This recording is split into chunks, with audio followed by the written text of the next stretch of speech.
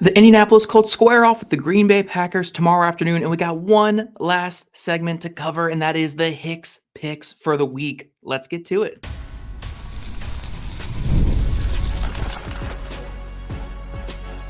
You are Locked On Colts, your daily Indianapolis Colts podcast. Part of the Locked On Podcast Network, your team every day. Thank you all for tuning in and making this your first listen of the day. This is your daily podcast covering your Indianapolis Colts, part of the Locked On Podcast Network, your team every day. Today's mini episode is brought to you by FanDuel. Now through September 22nd, all FanDuel customers can bet $5 and get 3-week free trial of NFL Sunday Ticket from YouTube on YouTube TV. Visit FanDuel.com to get started. Hello, everyone. I am Zach Hicks, your favorite film nerd over at HorseshoeHuddle.com, and we're introducing a new series here for the channel, and that is the Hicks Picks. So for you guys who are just tuning in, I think this is the first one we've ever done. Every Saturday afternoon, I'm going to give you 3 players to watch for the Indianapolis Colts in the upcoming matchup that is coming on Sunday. I believe every Colts game this year is on Sunday, so we should be good to do this on Saturday afternoon all year long. Now, the 3 players we're going to highlight today are always going to be the same kind of format every single week. It's going to be the player who's going to go off for the biggest game or the biggest star of the game. We're going to talk about one player that needs to bounce back, and then one surprise player that could have a big impact in this upcoming game. So without further notice, we're going to jump into this mini episode real quick and talk about the players just set to have a huge game, and that is running back Jonathan Taylor. Now, I know our friends over at PrizePicks have set Jonathan Taylor's rushing line at, let me see what I have it at here, 79.5, and that might seem a little high after Jonathan Taylor's lackluster performance against the Houston Texans, but it's a new week here, and this is not the Houston Texans the Colts are going against. This is a Green Bay Packers team that gave up quite a few yards on the ground last week to the Philadelphia Eagles. And I think something really interesting about that is the Philadelphia Eagles run system is very, very similar to the run system that the Indianapolis Colts deploy. A lot of inside zone, a lot of working out of the shotgun, working out of shotgun with pistol type stuff, and getting downhill and attacking the middle of the defense. Now, last week, the Philadelphia Eagles had 16 carries for 99 yards up the middle last week, so really attacking that A gap and those B gaps there of the Green Bay Packers defense.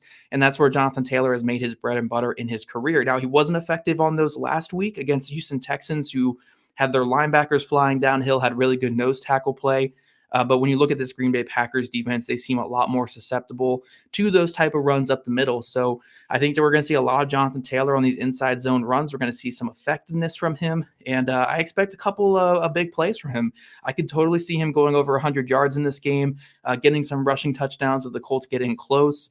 And I think we're going to see some good play from Jonathan Taylor. So Jonathan Taylor is my player that I'm expecting to have a big impact for the Colts and really break out and get this Colts offense, you know, over the precipice of where they're at right now, which is like right on the edge of being a really good offense. I think he's going to get them over the top this week and have a monster week with Anthony Richardson as his quarterback. Now we're looking at a player that needs to bounce back this week. And, you know, this isn't particularly a player who had a bad week 1 against the Houston Texans, but it is a player that you expect more of, especially when the Colts just gave him a really big extension this past offseason, and that is nose tackle Grover Stewart. Now, I know the on-off splits last week, I believe when Grover Stewart was on the field last week, the Colts allowed just 4 yards per carry, which is perfectly fine. You know, maybe a little bit high, but overall perfectly fine. When he was off the field, it was around 8 yards a carry. So again, it's hard to put too much of that rushing performance on Grover Stewart last week. But if the Colts are going to win this game, they need to force negative plays. They need to get a lot of run stops in the run game.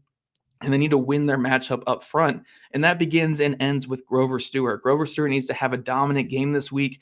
And he's got a prime matchup against a center that is clearly the weakest link on a pretty good offensive line for the Green Bay Packers, and that is Josh Myers. Josh Myers, I think he's a fine starting center in football, but he's obviously the area that you can really exploit on this Packers offensive line. So if Grover Stewart wants to get back this week and really get back to Grover Stewart form, I think he needs to win that matchup clearly, really get some penetration early in his reps there, and get some drive into the backfield and do some good things. But I think he's going to have a really good matchup against Josh Myers. Myers, not the strongest player, like more of a zone type center. And I think Grover Stewart's going to be able to get him off his spot and really get some penetration up the field to stop the run game. So again, this game on defense comes down to the Colts forcing negative plays, getting Malik Willis or an injured Jordan Love, whoever is starting, just uncomfortable in those early down sets and force third and longs. And Grover Stewart winning his matchup in the trenches is a big part of that. So for a player who had a couple solo tackles last week, that's what Grover Stewart had, and not many run stops, I do expect this to be a bigger game for him. I can envision 3 to 4 run stops in this one, and looking like Grover Stewart that we all know and love against Josh Myers and this Green Bay Packers rush offense that is likely going to run the ball quite a bit. So again, if the Colts got to win, it's going to come down to Grover Stewart and how well he wins that matchup against Josh Myers. I'm expecting a big bounce back week from the big player up in the middle of this defense. Now, the one more player that I really want to talk about today, and I know last week, if you look at the Colts unheralded players that were nearly heroes last week, you got Ashton Dulin and Saguna Alubi. Alubi blocking the punt, Ashton Dulin having the big 50-yard touchdown pass or touchdown catch. I'm not looking at players that are that low on the roster for this week, but again, that's more of a preview for maybe future weeks. But the player I'm really looking at this week, who I think is going to have a big game against the Green Bay Packers, and maybe a player we're not talking enough about this week, is linebacker E.J. Speed. Now, E.J. Speed was one of the lone players on the Colts defense who had a pretty solid week one, particularly in coverage, was targeted 7 times in coverage last week and allowed 11 yards total in coverage. So pretty fantastic for a linebacker, especially in this system that's asked to do a lot. His length is really coming along. His length looks great, and his coverage overall is really coming along as a linebacker, but also just the way that he triggers downhill and gets after it in the run game. I think he's going to be a big impact in, again, getting that Packers offense behind the sticks, forcing them into 3rd and 9s, 3rd and 10s, 3rd and 11s, to where Malik Willis or a hampered Jordan Love has to make plays on those money downs with an obvious passing situation.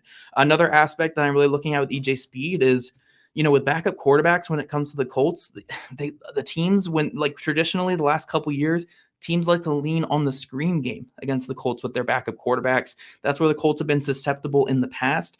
EJ Speed, with his recognition ability, his speed, his closing speed, I think he's a player that can really blow up those screen plays and make some good things happen for the Colts. So I'm really looking at EJ Speed to be a screen killer in this one, a guy who can get downhill and stop the run game, but also in the pass game, take away some of those easy layup opportunities underneath and force Malik Willis or injured Jordan Love, again, not too sure exactly who it's going to be, but force that player to make more downfield progressions, stay in the pocket a little bit longer, and let that pass rush get after it. So EJ Speed, I'm going to go out on a limb and project him to have 10 plus tackles in this one. I know he was at 9 last week, so nothing too crazy there. But I'm going to say 10 tackles in this one, really active in the run game. And I'm going to say he comes away with a turnover in this game. It could either be a fumble forced in the run game or an interception off of a bad pass or a batted pass or something like that. I'm expecting EJ Speed to be a big impact player for the Colts this week. He has game record potential on a defense that doesn't really have many game records right now.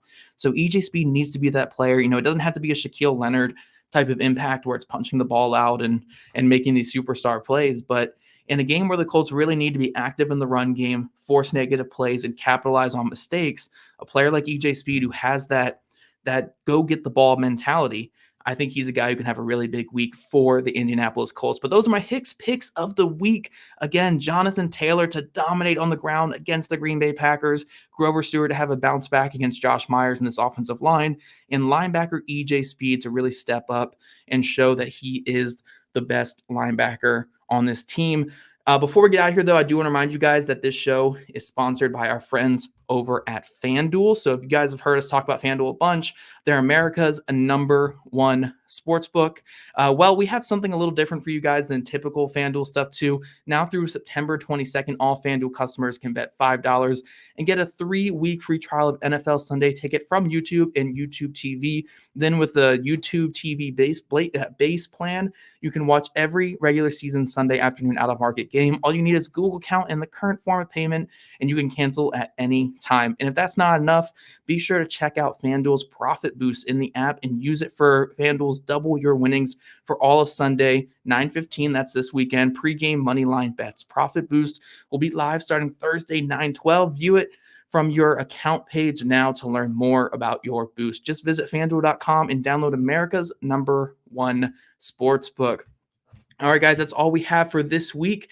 Hicks Picks are in, so make sure you are doing everything you can to capitalize when it comes to this Indianapolis Colts team and enjoy the matchup with the Green Bay Packers, guys. If you guys don't already, make sure you're following at Locked On Colts, at Jake Arthur and Felon, at Zach Hicks2 on Twitter. Also, we're on TikTok and Instagram. Have some fun and join us over there. Also, subscribe to us on YouTube where we list your podcast. We love your guys' ratings, reviews, and Jake and I will join you guys tomorrow night after the game.